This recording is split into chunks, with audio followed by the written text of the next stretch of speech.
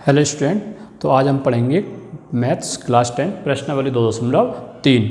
उसका पहला प्रश्न में दिया गया है कि विभाजन एल्गोरिथम का प्रयोग करके px को gx से भाग देना है और भाग देने के बाद जो भागफल और शेषफल आए हैं उन्हें हमें बताना है।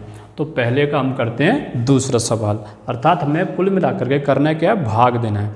अब देखिए, भाग देना आपने बचपन से ही सीख रखा है, आपने छोटी क्लासों से भाग देना सीखा है। बस यहाँ पर क्या है, एक बहुपद को दूसरे बहुपद से भाग देना है। हमने संख्याओं का भाग देना सीख रखा है, बस यहाँ पर थोड़ा सा ही अंतर है, एक बहुपद को दूसरे बहुपद से भाग देना है बस। तो कैसे करेंगे वो हम देखेंगे। विभाजन की प्रक्रिया जो रहती है, जैसा हमने बचपन से सीखा है उसी प्रकार से करना है और थोड़ा सा अंतर आ जाएगा। सबसे पहले हमें क्या करना है, जो हमारा भाजक और जो भाज्य हैं उन दोनों को x, y, z किसी में भी दे रखे हैं, उन दोनों को क्या करना है, जो उनकी घातें हैं उनके घातों के घटते क्रम में लिख लें। तो हमें सबसे पहले दोनों को घातों के घटते क्रम में लिखना होता है। तो देखते हैं दोनों घातों के घटते क्रम में है क्या। यहाँ देखें तो x की घात 4, 4 के बाद 3 आता है, 3 चलिए इसमें कहीं नहीं है तो ठीक है, मतलब 4 के बाद 2 आया, 2 के बाद x की घात 1 आई, मतलब सही है ये। और फिर बिना x वाली संख्या यहाँ देखिए, जिससे भाग देंगे भाजक ये हमारा है x स्क्वायर, x की घात 2, फिर आया 1 मतलब बिना x वाली संख्या जो हमारी अचर राशि है, फिर x आ गई। तो देखिए यहाँ पर क्या हुआ, पहले बिना x वाली संख्या आ गई है और फिर x आया है, अर्थात इनका क्रम बिगड़ रहा है। घात 2 के बाद घात 1 वाला आना चाहिए। तो सबसे पहले इसको हम सुधारना होगा। तो इसको अगर हम लोग सुधार के लिखें तो ये हो जाएगा हमारा x स्क्वायर, तो -x को पहले ले आइए और +1। कोई हमने पक्षांतरण नहीं किया, नहीं तो आप सोचें कि -x को इधर आगे ले आए तो +x, नहीं, पक्षांतरण नहीं किया है, बराबर के उधर ही बस संख्याओं को आगे पीछे किया है। तो ये हो गया हमारा भाजक। अब हम देंगे भाग। तो भाग देने के लिए आप जैसे बचपन से करते हो वैसा ही करना है आपको। देखिए लिखा क्या है, px को gx से भाग देना है, अर्थात इससे भाग देना है, तो ये हमारा भाजक हो जाएगा। इससे भाग देना है तो हम लोग ऐसे लिखते थे, जिससे भाग देना होता है उसको आगे लिखेंगे x स्क्वायर -x + 1 और फिर ये भाग का निशान, और फिर हमें जिसमें भाग देना है वो लिखेंगे x की घात 4। अब देखिए एक थोड़ा सा आप ध्यान ये रखना, जब इसको आप लिखो, अगर घातें सही से घटते क्रम में आ रही हैं, अर्थात बीच में कोई नहीं छूटा है, तो आप ज़्यादा जगह मत छोड़िए। लेकिन अगर बीच में कोई छूटा हुआ है, घात किसी की घात छूटी हुई है, तो उसके लिए आप थोड़ी सी जगह छोड़ दीजिए। वो अभी आगे देखेंगे हम क्यों छोड़ा था हमने। तो देखिए यहाँ x की घात 4 थी और 4 के बाद सीधा 2 आ जाए, तो x की घात 3 नहीं आई है। तो हो सकता है कि हम गुणा भाग कुछ करेंगे तो इसमें कहीं x की घात 3 आ जाए, तो उसके लिए थोड़ी सी हम क्या करें, इसको थोड़ा थोड़ा दूर लिख दें। तो x की घात 4 माइनस, तो ये थोड़ा सा दूर कर दीजिए, x स्क्वायर, x की घात 2 हो गया, फिर तो लगातार हैं 4x + 5। तो इतना ये तो हमने अभी जमाया, अभी कुछ भी नहीं किया। अब देना है हमें भाग। तो ये जो भाग होता है जिसमें हम बहुपदों का भाग देते हैं, इसमें आपको कुछ नहीं करना है, बस एक चीज़ याद रखना है, जो हमारा भाजक है अर्थात जिससे हम भाग दे रहे हैं, और जो हमारा भाज्य जिसमें हम भाग दे रहे हैं, बस उनके पहले पहले नंबरों को, पहले पहले जो पद हैं उन दोनों को आप उठाइए, और इसमें भाग दे रहे हैं तो इसको उठा करके ऊपर लिख लीजिए, x की घात 4 हो गई। इससे भाग दे रहे हैं तो इसका भी सिर्फ पहला, इसका पहला और इसका भी पहला, दोनों के पहले को क्या करें, भाग के रूप में लिख दें।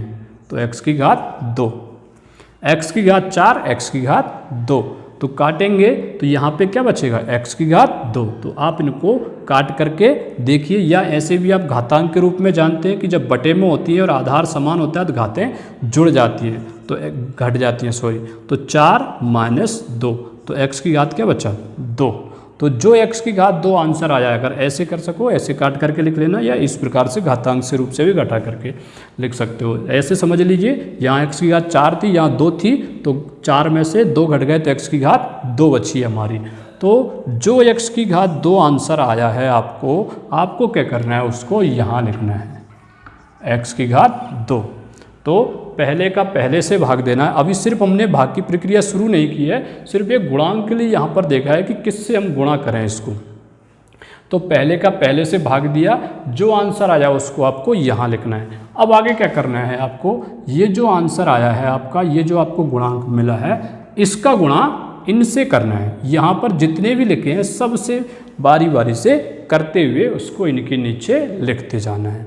और नीचे कैसे लिखोगे, x की घात 4 के नीचे आप x की घात 4 वाली संख्या को लिखिए, x की घात 2 वाली को x की घात 2 वाली के नीचे, x की घात 1 के वाले के नीचे x की घात 1 और संख्या के नीचे संख्या, जिससे कि हमें क्या होता है, घटाने में आसानी होती है, क्योंकि भाग में हम क्या करते हैं, घटाते हैं। तो अब शुरू करते हैं। ये हमें x की घात 2 मिली, तो इस x की घात 2 का इन तीनों से अब गुणा करते जाते हैं। तो देखिए x की घात 2 से x की घात 2 का गुणा, तो x की घात 4, गुणा में घातें जुड़ जाती हैं, तो इसी के नीचे लिखना है, तो x की घात 4 आ गई, माइनस ये माइनस x की घात 1 और x की घात 2, घात गुणा करना है दोनों का, x की घात 2 का गुणा x से करेंगे तो x की घात क्या आएगी, 3। अब देखिए यहाँ पर कहीं पर x की घात 3 वाली संख्या नहीं है, तो क्या करेंगे हम, उसके लिए आपको यहीं पर x की घात 3 वाली लिख देना है, क्योंकि ये 2 है तो इसके नीचे ना लिख करके हमें यही लिख देना है। तो x की घात 3,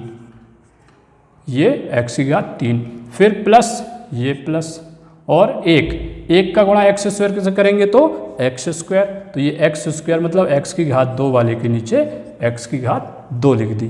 तो ये तो हुआ हमारा भाग देने का काम। अब भाग देने में हम क्या करते हैं, घटाते हैं, तो घटाएंगे, तो घटाने में इन सब का चिन्ह बदलना होता है। घटाने में आपको क्या करना है, ये जो नीचे वाले हैं सबका चिन्ह बदल दीजिए।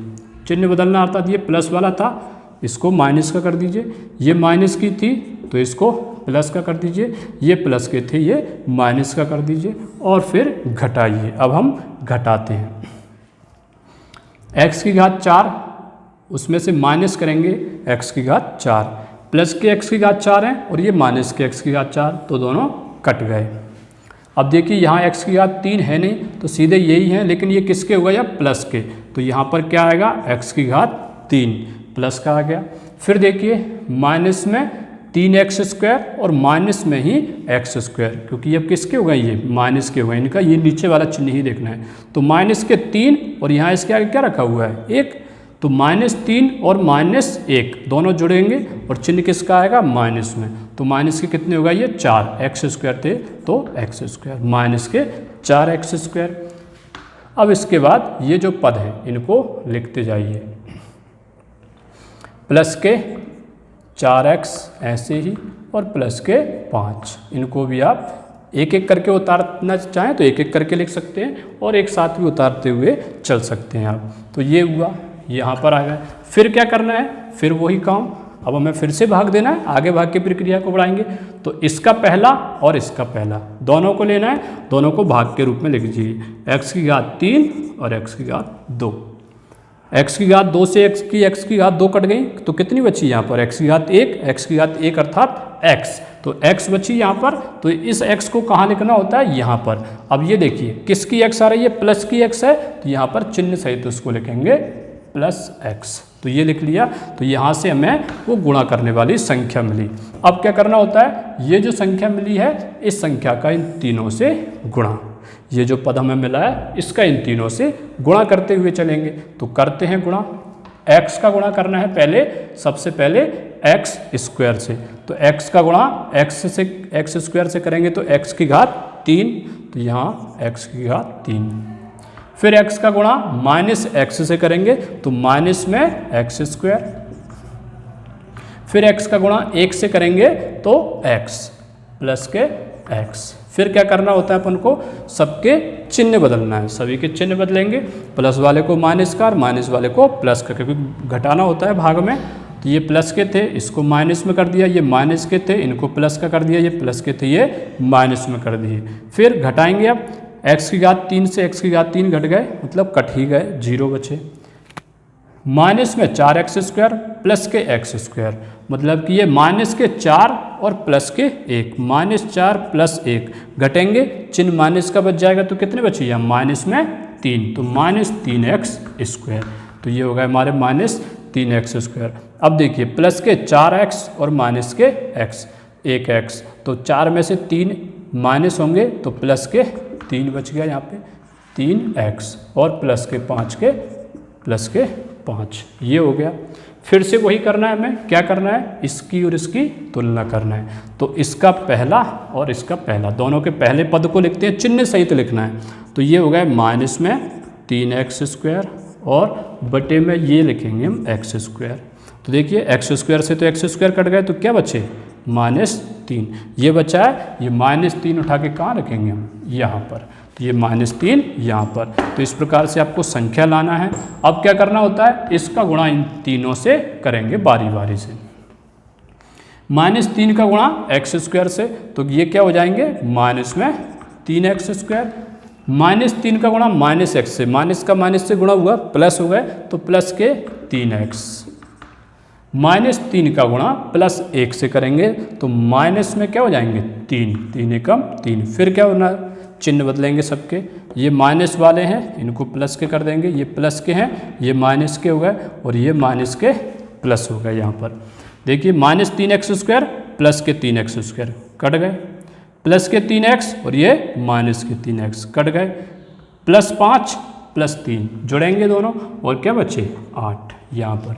अब देखिए अगर इसकी तुलना करें तो इसमें x² है और यहाँ पर x है ही नहीं। जब घातें कम हो जाती हैं या उसके बराबर नहीं बचती हैं या घात नहीं बचती, अर्थात यहाँ x की घात 2 थी, तो अगर यहाँ x की घात 1 भी आ जाती, मतलब x वाली संख्या भी आ जाती, तो भी हम भाग को वहीं रोक दे देते, अर्थात वहीं पे क्या हो जाता, वो उसका शेषफल बच जाता। तो इस केस में अब देखिए यहाँ x की घात 2 वाला कोई पद नहीं है, तो हम इसको यहीं रोक देंगे और ये हो जाएगा इसका शेषफल। तो शेषफल और भागफल पूछे हैं, तो भागफल ये हुआ और शेषफल ये हुआ, तो यहाँ लिख देंगे हम भागफल बराबर कितना आया, x² + x -3 तथा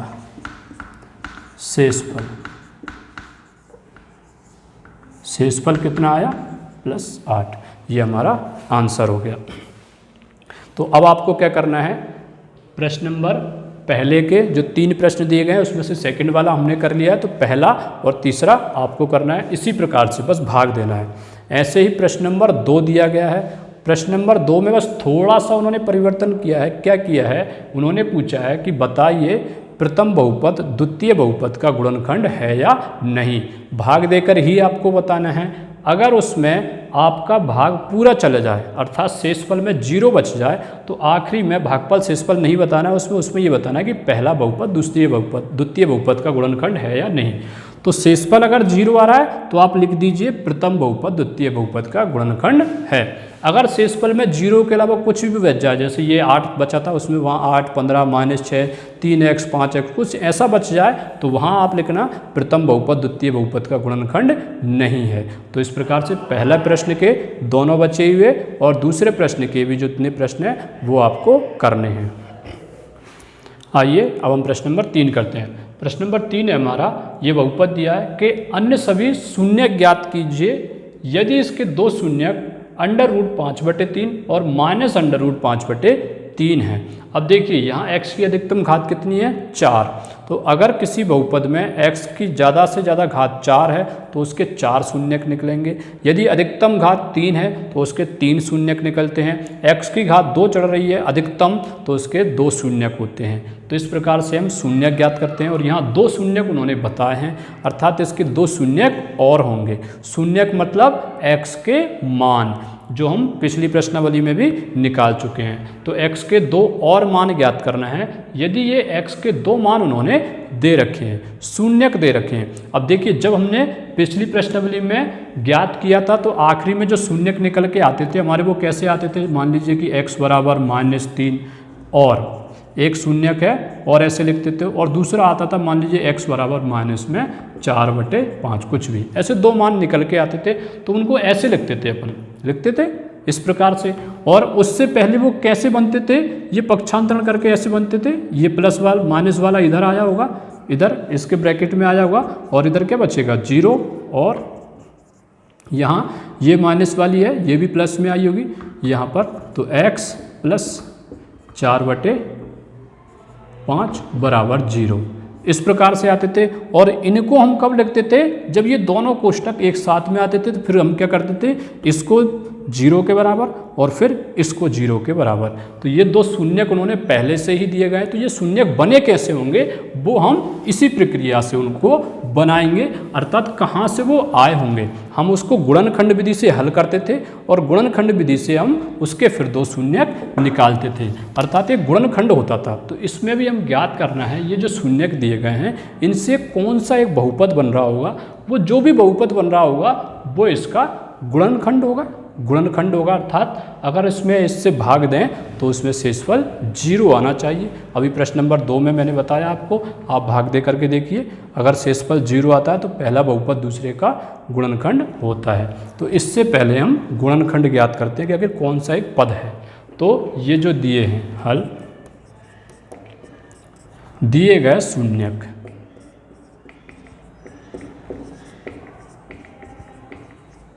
दिए गए शून्यक, अब ये देखिए कैसे दिए होंगे। तो पहला मान लो x बराबर कितना दिया गया है, ये दिया है 5/3 और ऐसे लिखे जाते हैं ये x के मान है और x बराबर माइनस में √5/3। पक्षांतरित करते हैं, इसको इधर लाते हैं, पक्षांतरण में ये किसका हो जाएगा माइनस का, तो x माइनस √5/3 तो बराबर के उधर क्या बचा 0 और ये माइनस वाली संख्या पक्षांतरित होके आएगी तो किस में हो जाएगी प्लस में, तो x प्लस √5/3 बराबर के उधर क्या बचेगा 0। अब ये देखिए एक ऐसा आ गया और एक ये आया। ये कब आते थे हम, जब हम गुणनखंड करते थे तो एक ब्रैकेट में ये रहता था, दूसरे ब्रैकेट में ये रहता था, फिर हम इसको 0 के बराबर करते थे और इसको भी 0 के बराबर करते थे, अर्थात इन दोनों को एक साथ लिखा जा सकता है दो ब्रैकेट में। तो ये कैसे लिखा होगा x माइनस √5/3, यहाँ या करके लिख सकते हैं या x माइनस √5/3 एक ब्रैकेट में और ये दूसरे ब्रैकेट में आता था x प्लस √5/3 बराबर 0। देखिए ऐसे बन के आता था, तब हम उसको ऐसे लिखते थे, अर्थात इसको 0 के बराबर करते थे फिर इसको 0 के बराबर करते थे। अब देखिए यहाँ पर a minus B A plus B, एक ब्रैकेट में a माइनस बी एक ब्रैकेट में a प्लस बी, तो ये जो हमारा होता है वो कैसे ओपन होता है a² माइनस बी स्क्वायर से सर्वसमीका होती है हमारी, तो a² अर्थात x का स्क्वायर लिखा जा सकता है इसको, माइनस का माइनस b², b ये है हमारा तो इसका स्क्वायर चढ़ाएं तो √5/3 का स्क्वायर बराबर 0, बराबर में 0 चल रही है। अब देखिए यहाँ पर रूट और रूट का स्क्वायर हो रहा है यहाँ पे, तो रूट से स्क्वायर कैंसिल हो जाएगा, तो ये बचा हमारा x², ऐसा ही माइनस रूट से स्क्वायर कैंसिल हुआ तो 5/3 बराबर 0। तिर्यक गुणा कर दीजिए, 3 का है x² से गुणा 3x² माइनस 5/3, तो ये बचा हमारा 3x² माइनस 5/3 बराबर 0। 3 का इससे गुणा करोगे आप तो 3 का 0 से गुणा 0 हो जाएगा, अर्थात इधर क्या बचेगा, यहाँ पर हमारा जो पद बचा वो है 3x² माइनस 5 बराबर 0। तो ये बहुपद बना था हमारा। इसके अगर आप गुणनखंड करके देखोगे तब ये निकल के आएंगे और उनके मान ये निकल करके आते हैं। तो अर्थात ये जो गुणनखंड है, ये जो हमारा पद बना है, ये क्या होना चाहिए, इसका एक गुणनखंड होगा जरूर, क्योंकि ये इसी के तो शून्यक हैं, दो शून्यक दिए हैं इन्होंने, तो ये इसका एक गुणनखंड होगा। गुणनखंड है अर्थात शेषफल कैसा आना चाहिए 0, और शेषफल कब आएगा जब इसको हम इससे भाग देंगे, तो यहाँ लिखेंगे हम गुणनखंड है। तो अतः 3x² माइनस 5 दिए गए बहुपद जो हमें ऊपर दे रखा है, बहुपद का गुणनखंड है, गुणनखंड है। अब गुणनखंड है तो शेषफल 0 आना चाहिए, तो फिर से क्या करना है, हमें भाग देना है। तो इस प्रश्नावली में हम भाग का ही सीखेंगे। तो इससे भाग देंगे इसको, तो सबसे पहले इससे भाग देना है, तो इसको लिख लेते हैं 3x² माइनस 5, तो ये हुआ हमारा 3x² माइनस 5। भाग देना है किसमें, इसमें, तो इसको लिख लेते हैं पूरा। देखिए घातीय सही क्रम में है क्या, 4 3, 2, 1 और ये, अर्थात कहीं भी ज़्यादा जगह छोड़ने की ज़रूरत नहीं है, घातों का क्रम सही चल रहा है। तो लिखते हैं हम इसको 3x⁴ plus 6x³ minus 2x² minus 10x minus 5। ये अब हमें देना है भाग। अभी सीखा था हमने क्या करना होता है, तुलना, पहले वाले की पहले वाले से तुलना अर्थात भाग देते हैं। तो इसको लिखते हैं, इसका पहला पद और इसका पहला पद। ये था 3x⁴ और ये है 3x²।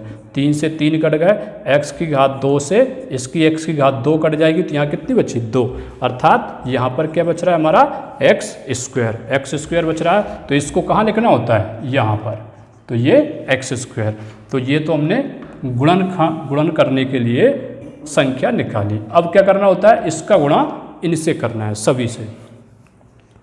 x² का गुणा 3x² से करेंगे तो क्या हो जाएगा 3x⁴, 3x⁴, तो 3x⁴ माइनस लगाएंगे और x⁴ का गुणा 5 से करेंगे तो 5x⁴। अब देखिए x⁴ वाला कौन सा पद है, ये, तो इसको किसके नीचे लिखोगे आप, इसी के नीचे, घात 3 के नीचे नहीं लिखना, क्योंकि घात 3 वाले में से घात 2 वाला नहीं घटेगा। तो आप इसको x² के नीचे ही लिखिए, तो माइनस में आएगा, तो ये माइनस और ये हो गया 5x²। फिर क्या करना होता है, चिन्ह बदलना है, प्लस वाला माइनस में, माइनस वाला प्लस में आएगा, प्लस वाले से माइनस वाला कैंसिल। घटते क्रम में लिखना है तो पहले आप x⁴ वाले को ही लिखिए। तो ये पहला हमारा क्या पद आएगा 6x⁴, प्लस का है तो ये प्लस का। अब ये देखिए, ये प्लस के 5x² और माइनस में 2x²। x² हम पीछे जोड़ देंगे, पहले देखते हैं +5 -2, मतलब 5 में से 2 माइनस करेंगे तो कितने बचेंगे 3, बड़ी संख्या का चिन्ह प्लस का है तो 3x²। फिर माइनस में 10x और -5। फिर क्या करना है, वही प्रक्रिया, इसका पहला और इसका पहला, दोनों को भाग दे के देखिए, 6x⁴ बटे में 3x², 3 दूनी 6, x⁴ से इसकी x⁴ कटी तो क्या बची x1, तो x⁴ तो ये क्या बचा हमारा 2x, अर्थात यहाँ पे हम क्या लिखेंगे 2x, इससे हमें गुणा करना है। तो ये हमें पद मिल गया। आप ऐसे रफली कहीं पर भी आप उसको करके देख सकते हैं। तो अब क्या करेंगे, इस 2x का इन दोनों से गुणा करना है। तो 2x का गुणा पहले इससे करेंगे, 2 3 6, तो संख्या का संख्या से गुणा, x का x तो x⁴, तो 6x⁴, प्लस और ये माइनस, प्लस और माइनस का गुणा माइनस हुआ। फिर x का गुणा x से ही रहेगा, तो 5 दूनी 10, 10x, तो ये x वाले के नीचे लिखेंगे, किसके आएंगे ये माइनस में, तो माइनस में 10x। क्या करना है, चिन्ह बदलना है सबका, प्लस वाले को माइनस, माइनस वाले को प्लस, प्लस वाले से माइनस वाला कैंसिल आउट। पहले x⁴ वाले को लिखेंगे तो ये बचा हमारा प्लस में 3x², प्लस वाले को चिन्ह को आप नहीं भी लिख सकें, प्लस के 10x माइनस के 10x कैंसिल हो गए, यहाँ पर क्या बचे -5। अब देखिए फिर से तुलना करेंगे, 3x², तो ऊपर 3x² लिखेंगे और नीचे भी 3x², तो कट गए, 3 एकम 3 पूरा, क्या बचा 1, तो 1 बचा, तो यहाँ पर प्लस का 1 बच रहा है, तो +1 यहाँ लिख देंगे हम। तो अब इस +1 का क्या करना है, सबके साथ गुणा कीजिए। तो +1 का गुणा 3x² से करेंगे तो 3x², +1 का गुणा -5 से करेंगे तो -5। अब क्या करना है, चिन्ह बदलेंगे, प्लस वाला माइनस में, माइनस वाला प्लस में, प्लस के 3x² माइनस से 3x² कैंसिल, +5 -5, तो ये क्या बचा 0। देखिए अभी मैंने बताया था आपको कि अगर ये जो बहुपद है उसका अगर एक गुणनखंड होता है तो शेषफल 0 आता है, तो ये शेषफल 0 आ गया। अब हमें जो भाजक मिला है, इसका जो भागफल मिला है हमें ये, अब इसके करेंगे हम गुणनखंड। तो आइए अब इसके गुणनखंड करेंगे और इसके गुणनखंड से देखिए x⁴ है तो इससे x के 2 मान निकलेंगे और उन्हीं 2 मानों को हम क्या बोलते हैं शून्यक, तो बाकी के बचे हुए शून्यक इसके गुणनखंड से निकलेंगे। तो अब इसको 0 के बराबर करेंगे, x² + 2x + 1, बराबर 0। ये जो इसका भागफल आया था उसको 0 के बराबर। 2x, तो आप 2x को ऐसी दो संख्याओं में तोड़िए जिनको हम प्लस करें तो कितना आए 2, और गुणा करें तो 1 का गुणा 1 से करें तो 1। तो ऐसी दो संख्याएं कौन सी हैं, 1 और 1। 1 का 1 से गुणा 1 होता है और 1 और 1 मिलके 2 होते हैं। तो इसको x के रूप में तोड़ा जा सकता है। तो x स्क्वायर ऐसे ही प्लस 2x को क्या लिखेंगे, x प्लस x, तो ये x प्लस 1 प्लस 1 ऐसे ही बराबर 0। इन दोनों में से क्या कॉमन आ रहा है, x, तो x कॉमन लेंगे तो यहाँ से एक x जाएगी तो ये x बची, प्लस ऐसा ही x पूरी चली गई तो यहाँ क्या बचा प्लस 1। इन दोनों में से कुछ कॉमन आ रहा है क्या, कुछ नहीं आ रहा है। जहाँ से कुछ कॉमन ना आए वहाँ पे 1 कॉमन लेते हैं हम लोग, तो 1 कॉमन आएगा तो 1 से तो पूरी संख्याएँ ऐसी ही रखी रहेंगी बराबर 0। अब देखिए x प्लस 1 इन दोनों में से कॉमन आ गए x प्लस 1, तो अंदर क्या बचा x प्लस 1, तो एक ब्रैकेट में x प्लस 1 बचा इक्वल टू 0। अब क्या करना होता है, इसको x 0 के बराबर और उसको भी 0 के बराबर, तो x इक्वल टू, तो अब x प्लस 1 इक्वल टू 0 और x plus 1 equal to 0। Plus 1 है उस साइड जाएंगे, किसके हो जाएंगे -1, और प्लस 1 है उस साइड जाएंगे माइनस में, x इक्वल टू -1। तो बचे हुए दो शून्य हमारे आ गए, अर्थात x के दो मान क्या आए हैं -1 और -1। अतः यहाँ लिखेंगे, अतः क्या पूछा था, अन्य सभी, अतः अन्य शून्यक -1 और -1 है। तो इस प्रकार से ये इसके दो शून्यक निकले हैं। थोड़ा सा बड़ा प्रश्न है लेकिन आसान है। क्या करना होता है, जो दो शून्यक दिए गए हैं उनसे आप एक बहुपद बनाइए, उस बहुपद को क्या कीजिए, जो दिया गया बहुपद है प्रश्न में उससे भाग दीजिए, उसका जो भागफल आता है उसका कीजिए फिर गुणनखंड, वहाँ से दो आंसर आपको मिलेंगे। तो इस प्रकार से इस प्रश्न को हल करना है। आइए अब हम प्रश्न नंबर 4 करते हैं। प्रश्न नंबर 4 है हमारा, यदि ये बहुपद दिया है को एक बहुपद, एक दूसरा कोई सा बहुपद है जिसको gx नाम दिया है, से भाग देने पर, अर्थात इसको अगर हम एक बहुपद कोई सा है उससे अगर भाग दें तो भागफल ये और शेषफल ये प्राप्त होता है। तो जो हमारा भाजक है, अर्थात जिससे हम भाग दे रहे हैं, जिसको उन्होंने gx नाम दिया है, वो ज्ञात करना है हमें। तो सबसे पहले तो हमें जो चीज़ें दी गई हैं उनको लिखते हैं हम। तो हल दिया है, जो दिया है सबसे पहले जिसमें हम भाग देते हैं वो ये है, उसको क्या बोलते हैं हम, भाज्य। और भाज्य को px से भी दर्शाते हैं, प्रदर्शित करते हैं। तो भाज्य क्या है हमारा, भाज्य है x³ - 3x² + x + 2 भाज्य। अब देखिए भागफल क्या है, ये भागफल को इंग्लिश में क्वोशिएंट बोलते हैं, तो उसको qx से रिप्रेजेंट करते हैं, qx से दर्शाया जाता है qx। तो भागफल आया है qx बराबर x - 2। शेषफल जिसको हम इंग्लिश में रिमाइंडर बोलते हैं, इसके लिए इसको rx से प्रदर्शित करते हैं। तो ये क्या आया है, -2x + 4। और हमसे पूछा गया है क्या, भाजक, जिससे हम भाग देंगे, उसको उन्होंने gx नाम दिया है। तो भाजक कौन सा, gx बराबर क्वेश्चन मार्क, ये हमें ज्ञात करना है। अब हम जानते हैं भाग की प्रक्रिया में कि भाज्य बराबर क्या होता है, भाज्य बराबर भाजक गुणित भागफल प्लस शेषफल। तो यहाँ लिखेंगे हम जानते हैं, तो हम जानते हैं क्या कि भाज्य बराबर भाजक गुणित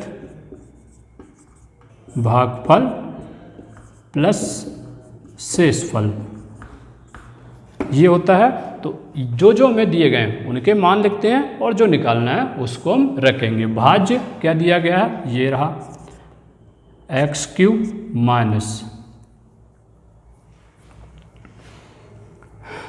3x² प्लस x प्लस 2 बराबर भाजक जिससे भाग देना है gx, ये हमें निकालना है, गुणा भागफल, भागफल क्या है हमारा, qx का मान क्या दिया गया है x माइनस 2 प्लस शेषफल, शेषफल हमें ये दिया है माइनस में 2x प्लस 4, ये दिया गया है सब ये में। तो अब इनका हमें gx निकालना है, तो बाकी इन दोनों को क्या करना होगा, पक्षांतरित करना होगा यहीं पे। तो देखिए gx निकालना है, तो gx को अगर यहीं रखेंगे तो पहले जो प्लस माइनस वाली संख्या होती है वो पक्षांतरित होगी, तो इसको पक्षांतरित करेंगे तो माइनस के 2x किस में जाएंगे, प्लस में, और प्लस के 4 किस में जाएंगे, माइनस में। तो यहाँ जो संख्या दी गई है ये ऐसी x³ minus 3x² plus x plus 2, ये माइनस के 2x है, इस साइड में आएंगे तो प्लस के 2x, प्लस के 4 हैं, यहाँ पक्षांतरित होंगे तो माइनस के 4 बराबर, ये दोनों ऐसे ही अभी gx और गुणा में x माइनस 2। देखिए अब x³ ऐसे ही, माइनस में 3x² ऐसे ही, प्लस x और प्लस के 2x, तो दोनों जुड़ेंगे तो कितने हो जाएंगे, प्लस में 3x, माइनस 4 और प्लस 2, तो माइनस के 2 बच्चे बराबर, ये ऐसे ही gx गुणा x माइनस 2। अब देखिए ये गुणा में है तो किस में जाएगा, इस तरफ पक्षांतरित होकर भाग में, क्यों, क्योंकि हमें gx का मान निकालना है, ये भागफल जिसको हमने माना है इसका भाजक, इसका हमें मान निकालना है। तो लिखेंगे अगर gx बराबर क्या बचेगा, ये इसके बटे में चला जाएगा, तो gx बराबर ये संख्या x³ minus 3x² plus 3x minus 2 upon x minus 2, ये बना है। अर्थात ये देखिए इससे इसमें क्या करना पड़ेगा, भाग देना पड़ेगा, तो भाग की प्रक्रिया करेंगे हम, तो भाग देते हैं, तो हम इसमें भाग देंगे। अब ये हमारा x माइनस 2 से भाग देना है किसमें, x³ minus 3x² plus 3x minus 2, इसमें भाग देना है। वही हम लोग क्या करेंगे, इसको और इसको भाग देंगे पहले, तो x³ बटे x, तो एक x कट जाएगी तो यहाँ कितनी बची, x², तो x² हम यहाँ लिखेंगे।